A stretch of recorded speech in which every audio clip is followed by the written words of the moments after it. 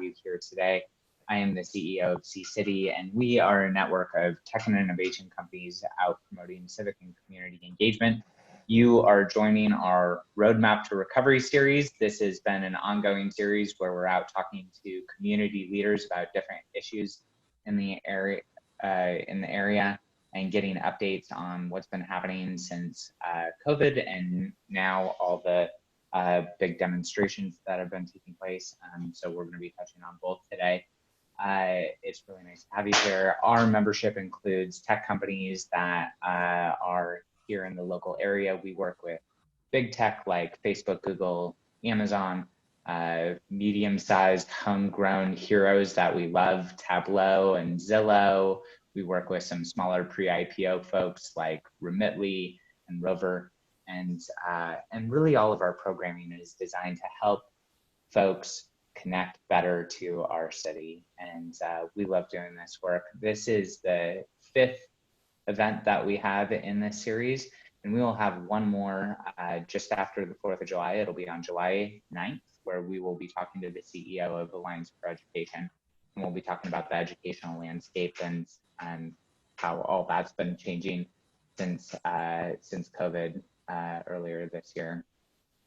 It's super easy for you to stay connected with us. If you like this content, we would love to have you join us. You can sign up for our newsletter on our website. You can tweet at us at SEA_CITI. Same handle on LinkedIn, Facebook, pretty much everywhere. Anyway, why don't we get started? We're talking about arts during a pandemic right now, and during social movements. And with us today is Regan Pro, who is the Kayla Skinner Deputy Director for Education and Public Engagement at the Seattle Art Museum, where she creates programs focused on equity and creativity. She's an experienced museum educator. Regan has been on the SAM staff for 11 years. Her work at SAM serves over 130,000 participants of all ages every year from across the 3 SAM locations. And Regan, we're so glad to have you here. I'm wondering if you can just jump in and give us a little bit of an overview of SAM to start. Sure. Hi, everyone. And thanks so much, Luana and Nick, for inviting me to participate. So SAM, Seattle Art Museum, we are one museum in 3 locations. We have the downtown location, we have the newly reopened and then quickly reclosed Seattle Asian Art Museum up in Capitol Hill, and then the Olympic Sculpture Park. And across these 3 sites, we serve about 800,000 people a year. The mission of SAM is to connect art to life. And so we're always thinking about how to take our global collections and make them relevant and interesting and impactful for all the communities that we work with and partner with the museum. Great, thanks. So I just want to jump in right here and start with maybe a tough but easy question. So the closures that have been happening due to COVID have really impacted all the arts organizations here in Seattle.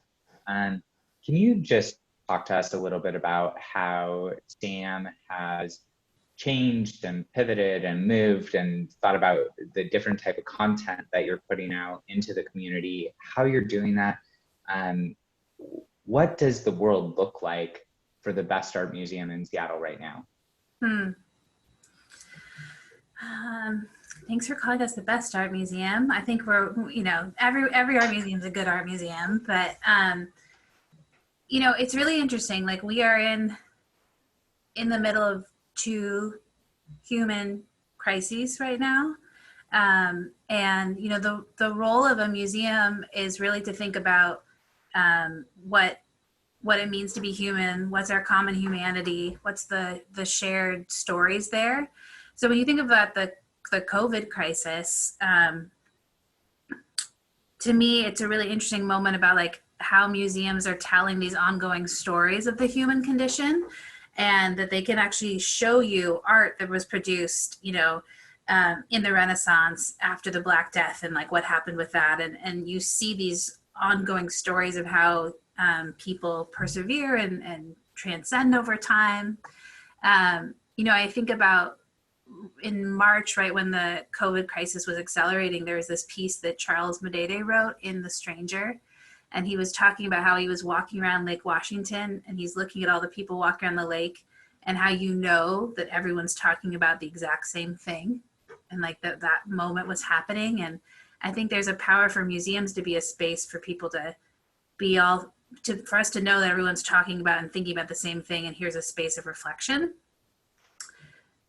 But then we think about the other crisis, the ongoing crisis of systemic racism and oppression and police violence that we're also in right now. It changes that conversation about museums and like how museums make people feel human. And instead, I think it makes us think really critically about who historically museums have represented, who have they actually been welcoming to, and like whose humanity has been included and whose humanity has been excluded.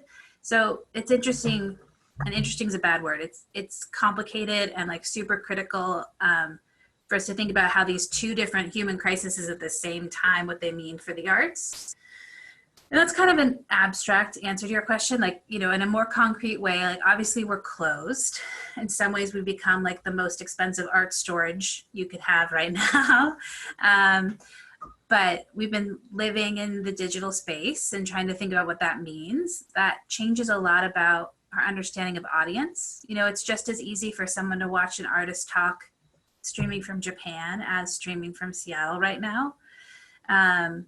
And then when we reopen it, we'll also rethink our audience because we're not going to see the same kinds of tourists coming into the city. And that's going to impact lots of arts organizations. Like there'll be an opportunity for more local engagement, I think.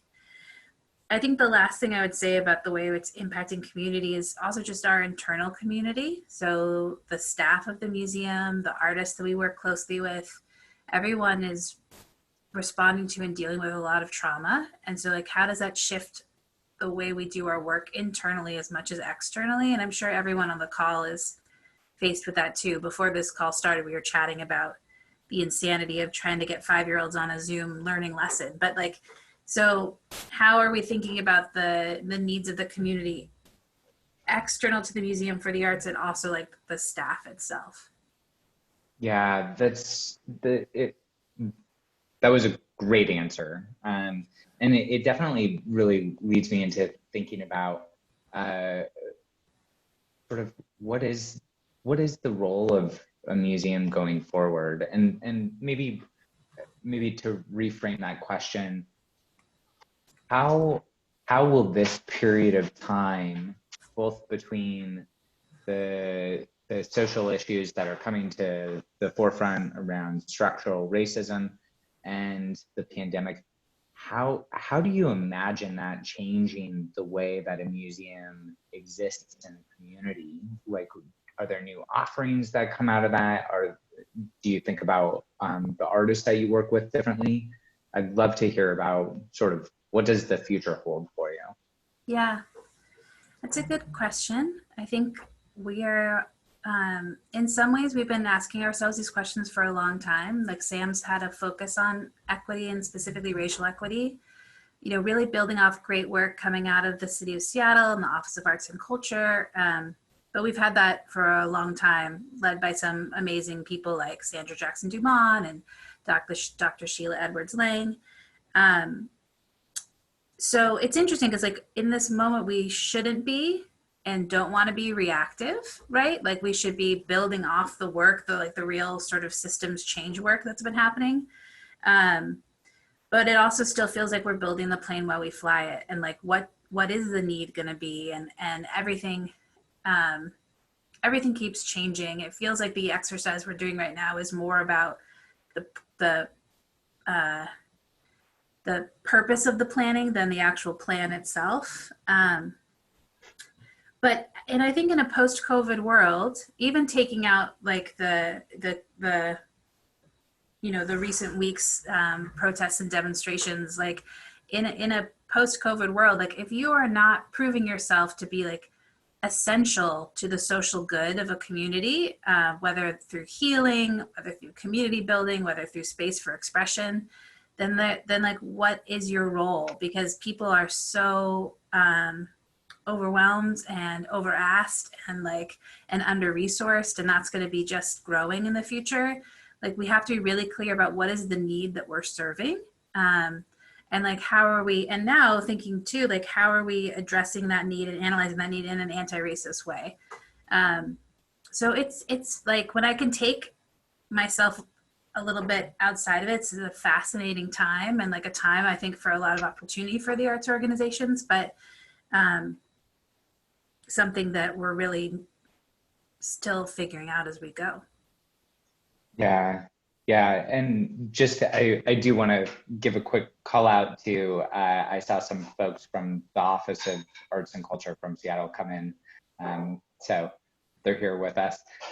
Quick note to the audience, if you have questions for Regan, please type them into the chat, send them to Luanda, and we will get to those as we work through our time together.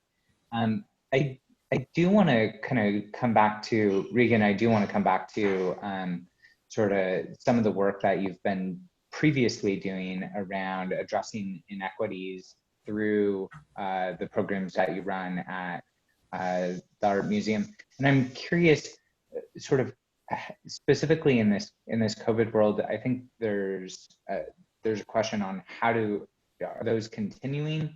How have you adjusted those, or are we seeing kind of further less access? That's not the right way to say it, but less access into the arts through communities of color and marginalized groups because of the pandemic. Well, I mean, we know that communities of color are being disproportionately impacted by COVID-19. We know that students in Seattle Public School, you can use race, home language, social economic status as a predictor for their access to arts and education. Like, there's so many examples of this systemic inequities that are existing, and I think the current situation is just amplifying and exacerbating that, right? So what's the role and the importance for arts organizations to keep that in the forefront? You know, I've been really struck with what's happening in Capitol Hill, and like looking at, you know, I have this probably not very good self-care habit of like reading lots of different national news sources to try to get a sense of how people interpret things. But like seeing the Black Lives Matter painting on the ground, like across national news and all these different platforms, and like thinking about artists like, you know, Aramis Hammer and Kamisha Turner, who are contributing to that statement and like are painting those letters. It's really amazing to me how the role of the arts in social change, and like it's the way it contributes to really building that wave of momentum and like changing hearts and minds. So that makes me feel hopeful, and like reminds me that like you have to just keep centering artists in all these conversations. Yeah, that leads me right into the next question around, can you just talk a little bit about the role that art plays in driving social change? I mean, it has a huge historical place at the forefront of any social change that's taken shape. And I'd love for you to just offer some perspective on that. Sure. Yeah. I mean, I think when you think about building a movement or building momentum, the arts, particularly when you think about the arts broadly, like music and posters and spoken word and dance, like that, they are so critical to that. And we see that over and over throughout history and in our present moment. And when you're trying to change hearts and minds, the arts are such an amazing tool for changing minds, because they give this empathetic window to other people's lived experiences. We talk a lot at the museum about how arts ask questions that have multiple right answers, and like the arts provide people a chance to see other perspectives and other lived experiences, like I said. So there's and I think in the last 20 or 30 years, there's been more awareness and interest in like the arts as social change, the arts as social practice, and like what that really looks like. And an example would be, there's this amazing artist named Theaster Gates who we worked with through the Jacob Lawrence and Gwendolyn Knight Fellowship at SAM a few years ago. And if you don't know Theaster Gates, you should definitely Google him. He's amazing. But he's really interested in thinking about art and social practice. And at SAM, he did this project where there was a record shop that was going out of business. And so he bought the full archive of the records and then installed them in a museum. So people would come and pick a record. We had a DJ set up who would play the songs. And he has this huge project called the Dorchester Project in the south side of Chicago, where he's buying abandoned buildings, abandoned archives, libraries, and then refurbishing them and creating them as community sites, as artist studios. And again, I think there's lots of people in Seattle who are trying to do similar work, and a lot of good momentum around it. Because I think that the arts are, have been always and will continue to be really at the center of being a force for good and being a force for social change. Yeah, can you talk a little bit about some of the internal conversations that you have? And this question is actually coming from an audience member. I should have prefaced that. So if you have a question, reminder, send it over to Luanda.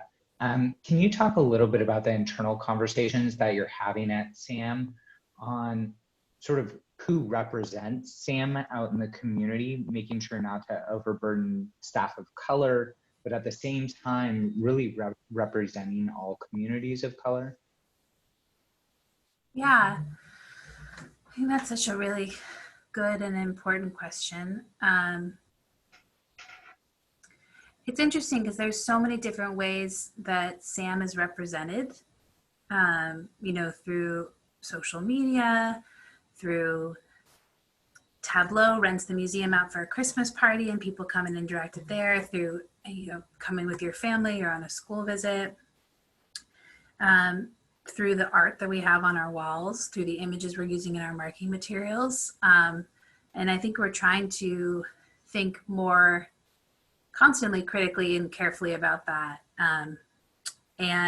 But I think the point, one of the big points in that question, if I'm hearing it correctly, is like, how are we not being tokenistic or putting the pressure on people of color and staff of color to do that work? And that's something that we are talking and thinking about all the time, and that we need to keep leaning into and doing the growth of, like, where are there places where we really examine, like, the history of being a traditionally white institution, as museums usually are, and making more space. And then where are the places where white people in that institution, and particularly white leaders, like, need to step up, and like, what's the balance there? Yeah, I think these are questions that a lot of organizations are asking themselves right now, around exactly what you said, around making sure that they aren't being tokenistic, and at the same time, really, what I see is a lot of genuine interest in reaching out to and understanding communities of color. So I think that was right on point. One quick question for you is, can you talk a little bit about the role of technology and sort of how that role has both kind of how it shapes the normal operations of the museum, and then how it's changing during this pandemic? Yeah, definitely. This question makes me nervous, though, because I feel like this is the area where you all should probably be talking to me and I should be listening. But what I think is really interesting when you think about technology in a museum is there's technologies that are, like, helping us serve our audiences, right, through, like, Zoom or digital membership cards or social media and, like, all those things. And then there's also, like, the technologies that artists themselves are using. And, like, we have a lot of artists we've worked with who are doing projects where their artistic practice is technology. So when we talk about technology in the museum, it's like there are so many nuances to it, which I think are interesting. But we've definitely been pivoting in this time to doing a lot more on Zoom, doing a lot more, something I think that's been really fun about this time, that often museums are quite formal places and we want to present things with like a really polished particular aesthetic, and like there's been a lot more space for things to be informal, and you know, that like instead of it being a curator lecturing at a podium, it's like a curator in front of their messy kitchen, and like that sort of insight. And I like how technology is actually helping us be more organic in some ways in the way we're presenting information right now. And that's been a really unexpected piece for me. And then I think too, just allowing us to connect to audiences in ways we haven't before. And like thinking about a global audience for programming we're doing, where typically we'd have a local audience, has been a great asset for us. But museums of, you know, technology museums is a challenging thing because we don't have the budget or the staff time always to keep up, and sometimes it feels like we're always chasing after it. So now is an interesting moment for us to really hone in on like what is most important, what's most close to our mission, what's going to serve our community best, and like how are we using technology in those ways. Yeah, great, thanks. The final question that we have is, this is a question that we ask everybody, is that if somebody really cares a lot about the arts and wants to see them continue to thrive, other than sort of making donations and really the basics, what are things that they can do to support the local art scene in our community right now? Yeah, thanks for asking this question. I mean, I think show up, and like showing up right now looks differently, right? We might not be voting with our feet in the same way we typically are, but like show up, advocate, share with your friends and your family. You know, if you want to live in a city that has a thriving arts community and scene, you need to contribute to that happening, and like you need to participate in that. Definitely arts organizations are really looking for financial resources right now, and SAM included, but we're also in a much more stable and lucky position than a lot of other organizations and artists. So I think if you have capacity to support financially or amplify requests for support, that's great. But I think mostly it's just making it visible, your interest and your enthusiasm for the arts, so other people see that too, and advocating where you can, advocating in your kids' school, advocating, you know, looking at the public art at your light rail station. Like all of those things help people be aware of the incredible amount of creativity our city has, and that we sometimes take for granted. Yeah, great. We had one more audience question slide in, and since we got started just a few minutes late, I'm going to ask it, and then we'll call it good. But this question says, in this moment, can you talk about how SAM is engaging with the community and promoting or participating in arts education for underserved communities? I think it's a very specific question about programming. Yeah. Sorry, can you read the question about programming for underserved audiences or students? I think it says underserved communities. I think you could interpret that as you like. Yeah. I remember I went to a talk a while ago, and someone was talking about this idea of like underserved communities, and like thinking about what does that term really mean, and like where does it come from. And someone was sharing this example of like, you know, I didn't maybe have a museum or a formal symphony, but I had so much arts in my house. Or like I would go, you know, I grew up in a family that was super arts rich. So I think part of it is not assuming who is an underserved community and who's not, but starting with trying to really listen.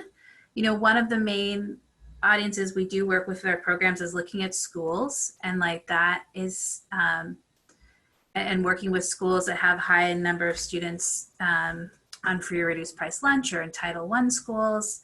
And that's an interesting for me to think about, and to be honest, a little worrisome, like what that looks like moving forward. If schools continue to be in just a digital space, or if they're moving to like social distance learning, like how do we advocate that the arts are not being pushed out of those spaces, and that all of a sudden there's not a case being made that like, well, because we have to do a rotating schedule for public safety, then like all of the art teachers now need to be teaching non-art subjects. And that's, I think, a real concern and threat for our community to think about. And I'd love to see people really advocating for keeping arts at the center of learning for all Seattle Public School students.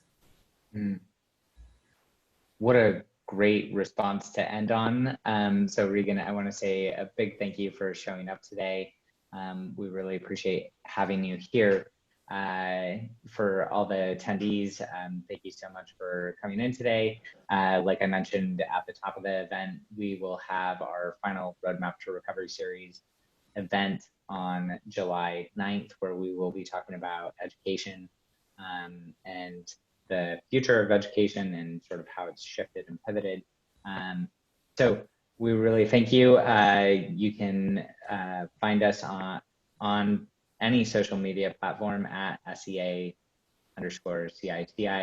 And I hope everybody stays healthy and enjoys the sunshine that we're having, because I don't think it'll last. So thanks, everybody. Bye.